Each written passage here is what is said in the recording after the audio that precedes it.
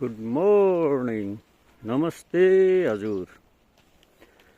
मन र शान्ति सम्बन्धी यात्राको क्रममा यो मन र शान्तिको विषयवस्तु। साथीहरू, हाम्रो मन र मन मस्तिष्कमा के छ, कसरी अपरेटिङ हुन्छ, कसरी चलिरहेको छ भन्नुपर्दा यो मन बाहिरी जगतमा हुने परिस्थिति जस्तो यी इन्द्रियहरू, कानले केही कुरा सुन्यो, जस्तो कसैले गाली गर्यो, अब मन तरङ्गित भयो। ओह, यो गाली कसलाई हो, यो मलाई हो कि किन हो, मन तरङ्गित भयो। मनमा भावनाहरू पैदा भइहाल्यो।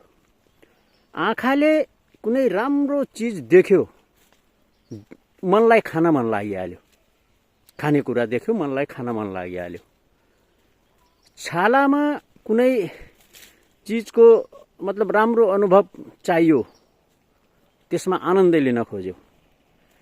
यस्तै कुराहरू यो मन र बाहिरी जगतको परिस्थिति अन्तर्गत मनमा हुने भावनाहरू, ती भावनाहरू राम्रा नराम्रा दुर्भावना जे जस्तो भावनाहरू भए तापनि मानस पटलमा, चित्तमा कसरी बस्छ भन्ने विषयवस्तु, त्यस्तो प्रकृतिको बसाई जुन हाम्रो मानस पटलमा बस्ने गर्दछ र यसको रिजल्ट हाम्रो जीवनभर भोग्नुपर्ने र आध्यात्मको कुरा अनुसार त यो जीवन जीवान्त अनन्त जन्म पुनर्जन्मको लेखा जोखा भन्छ।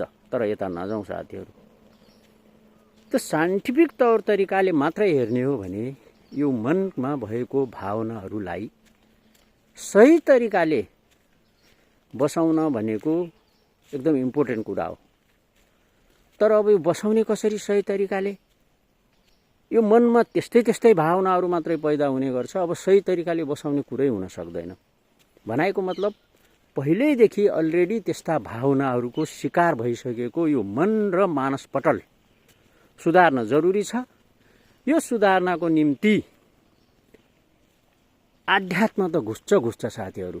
यदि आध्यात्मलाई विश्वास गरिएन भने यो मन मस्तिष्क सुध्रिन अलिक कठिनै छ। हवस् त, नमस्ते।